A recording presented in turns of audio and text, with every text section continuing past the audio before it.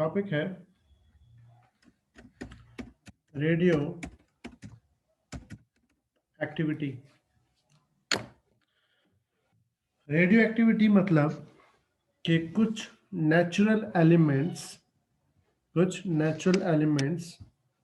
अपने अंदर से अलग अलग टाइप के जो रेडिएशंस हैं वो एमिट करते रहते हैं कंटिन्यूसली। उस प्रोसेस को हमने नाम दिया था radio activity.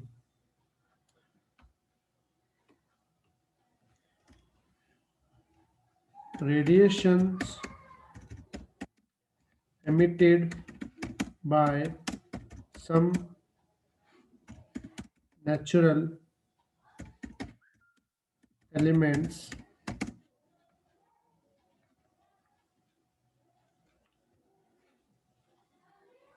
radiation emitted by some natural elements is known as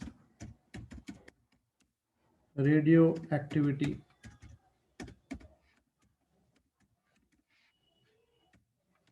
जैसे एग्जाम्पल जैसे कि रेडियम, नॉर्मली अपने गाड़ियों में साइकिल में प्लेट लगती है रेडियम, या तुमने कभी किसी हाईवे पे जा रहे हो तो हाईवे पे रोड पे छोटे छोटे लाइट लगे होते हैं, जैसे उसके ऊपर हमारी बाहर से लाइट पड़ती है वो चमकते हैं। देखा है तुमने कभी ऐसा? रेडियम, यूरेनियम, ठीक है, फिर थोरियम, ठीक है, प्लूटोनियम, ये सब ऐसे नेचुरल एलिमेंट्स हैं जिसमें से कंटिन्यूसली रेडिएशंस निकलते हैं, और उस प्रोसेस को हम नाम क्या देते हैं? Radio activity. और उसमें टाइप्स ऑफ रेडिएशंस जो हैं वो 3 है। इसमें पहला टाइप है दैट्स कॉल्ड अल्फा रेडिएशन। कौन सा रेडिएशन? अल्फा। अल्फा क्या है? It is particle which is made up of helium nucleus. इसका बना होता है हीलियम न्यूक्लियस। इसको हम लिखते हैं अल्फा, मतलब ऐसे अल्फा, और ये हीलियम न्यूक्लियस मतलब किसका होता है? He2 4। हीलियम का मतलब 2 प्रोटॉन एंड 2 न्यूट्रॉन। इसमें इलेक्ट्रॉन नहीं होते, इसलिए हम हीलियम न्यूक्लियस बोलते हैं। अगर इलेक्ट्रॉन भी होते तो हम हीलियम एटम बोलते हैं।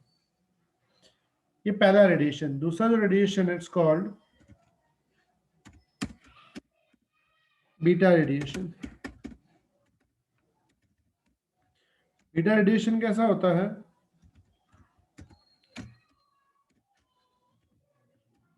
It is particle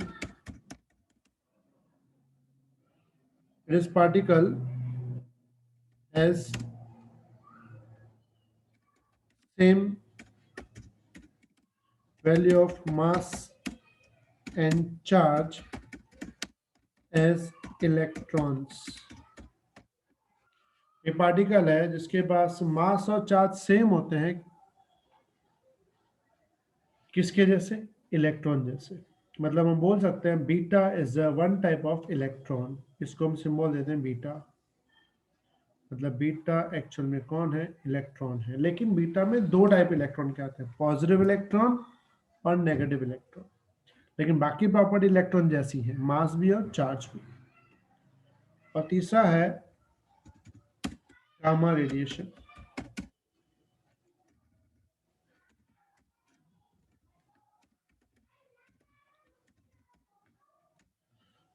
it is electromagnetic wave with very high frequency।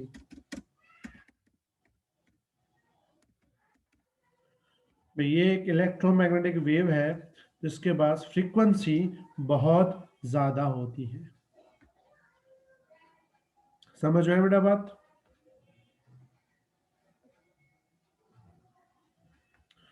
तो रेडियो एक्टिविटी मतलब अपने अंदर से कुछ टाइप के पार्टिकल्स को बाहर निकालना।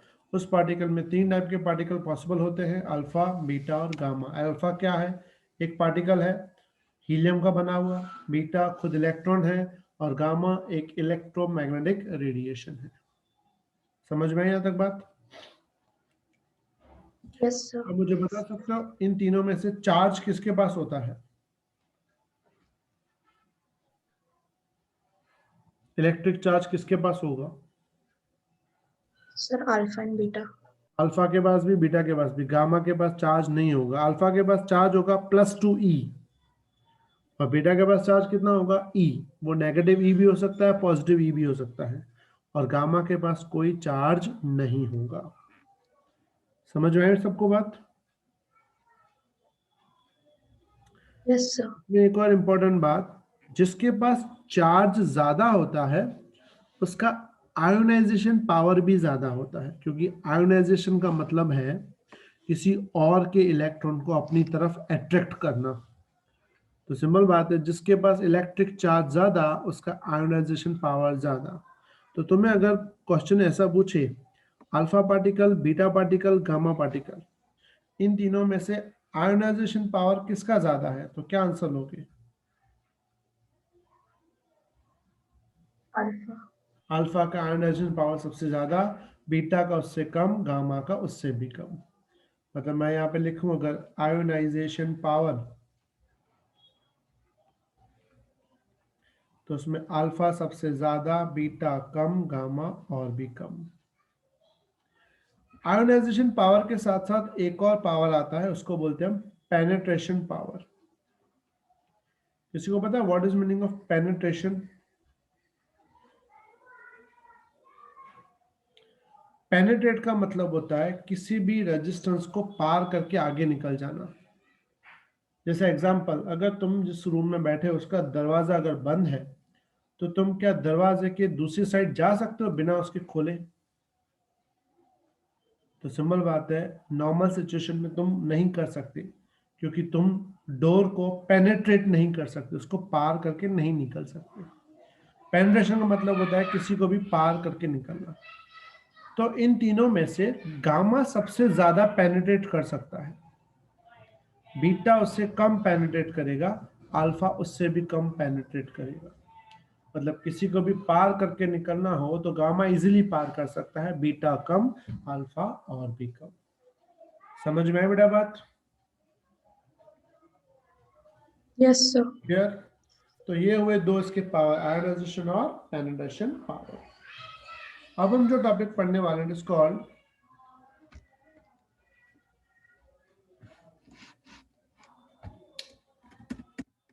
डीके रेट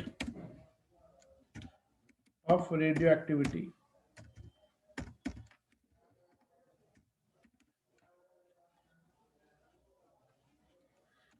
अब यहाँ पे तुम्हें दो नाम, मतलब एक दो टर्म्स सुनने को मिलेंगे। एक होता है डीके, या दूसरा इसके जैसा होता है डिसइंटीग्रेशन।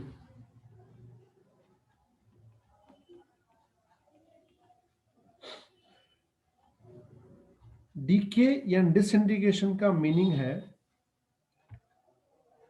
कोई भी न्यूक्लियस, जैसे कि यूरेनियम है, थोरियम है, रेडियम है, अगर अल्फा पार्टिकल को बाहर निकालता है, अल्फा पार्टिकल को बाहर निकालता है, तो हम बोलेंगे उसका डीके हो रहा है। डीके, डीके मतलब टूट रहा है वो। लेकिन जब तक वो अल्फा पार्टिकल बाहर नहीं निकालता उसको बोलेंगे इट्स अनडीके। मतलब अभी तक उसने अल्फा पार्टिकल बाहर निकाला नहीं है। मतलब डीके का मतलब है पार्टिकल्स को बाहर निकाल देना।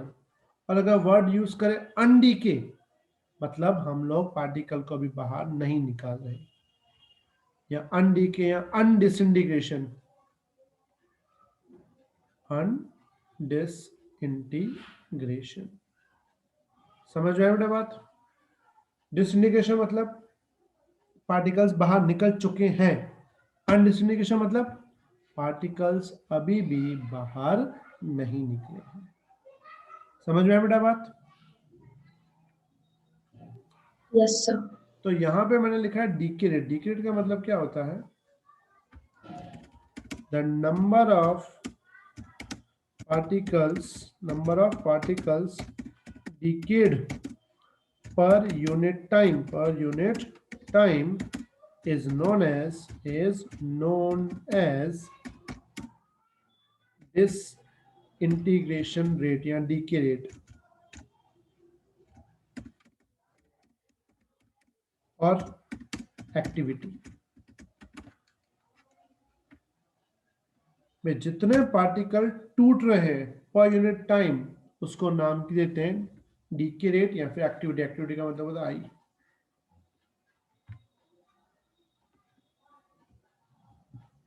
Suppose in time interval dt, number of particles decayed are dn, then activity or decay rate is, तो उसको लिखेंगे I is equal to dn upon dt। मतलब डीके रेट होता है, मतलब कितने, जैसे नहीं वेलोसिटी होती है, वेलोसिटी क्या होता है? Distance upon time. वैसे एक्टिविटी का मतलब क्या होता है? भाई कितने टाइम में कितने पार्टिकल बाहर निकले। फिर सपोज करो यूरेनियम अल्फा पार्टिकल को बाहर निकाल रहा है और 1 सेकंड में वो 10 पार्टिकल बाहर निकाल रहा है, तो हम क्या लिखेंगे ऊपर 10 अपॉन 1 सेकंड, तो एक्टिविटी उसकी हो जाएगी 10 डीके पर सेकंड। 10 का यूनिट क्या होता है? डीके पर सेकंड। समझो उसने 1000 पार्टिकल निकाले 200 सेकंड्स में, तो ऊपर लिखेंगे 1000 पार्टिकल, नीचे लिखेंगे 200 सेकंड, तो 1000 अपॉन 200 करेंगे तो वैल्यू तुम्हें मिलेगी 5 डीके पर सेकंड, यानी उसकी एक्टिविटी क्या हो जाएगी? 1 सेकंड में 5 डीके। समझ में आया बेटा बात? Yes, sir. इसका जो यूनिट है डीके पर सेकंड, इसको एक और नाम देते हैं बैक्वेरल, या बीक्यू लिखते हैं। इट्स कॉल्ड बैक्वेरल, या तुम लोग याद रखो बीक्यू, यानी 1 बीक्यू लिखा हो या डीके पर सेकंड लिखा हो, एक ही बात है। लेकिन इसका एक और यूनिट आता है 1 क्यूरी। नाम तुमने कभी सुना है मैडम क्यूरी?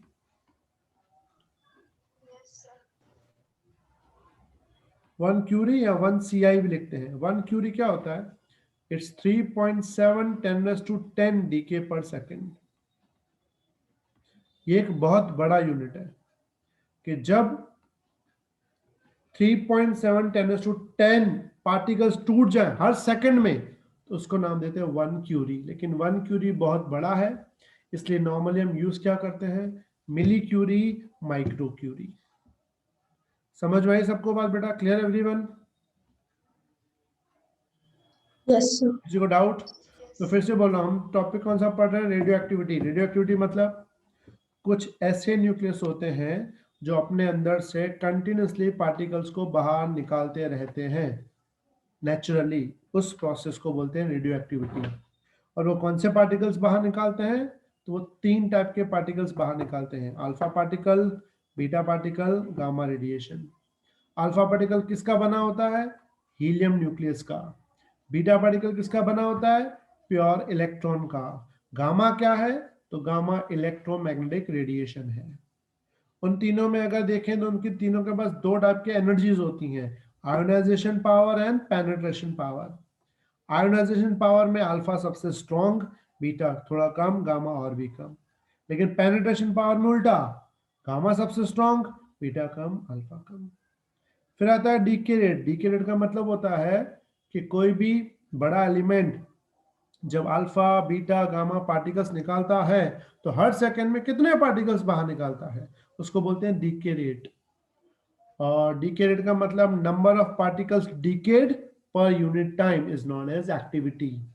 और उसकी फॉर्मूला होती है I is equal to dn upon dt। Unit होता है डीके पर सेकंड, या बैक्वेरल भी बोलते हैं। या इसका एक बड़ा यूनिट है 1 क्यूरी। 1 क्यूरी मतलब 3.7 10 डीके पर सेकेंड। और यहाँ पे दो वर्ड याद रखना, डीके अनडीके। डीके मतलब पार्टिकल्स टूट चुके हैं, और अनडीके मतलब पार्टिकल्स अभी तक नहीं टूटे, यानी पार्टिकल्स बाहर नहीं निकले। समझ में आया बेटा सबको बात? क्लियर? तो पहले एक बार Yes, ये sir. काम करो,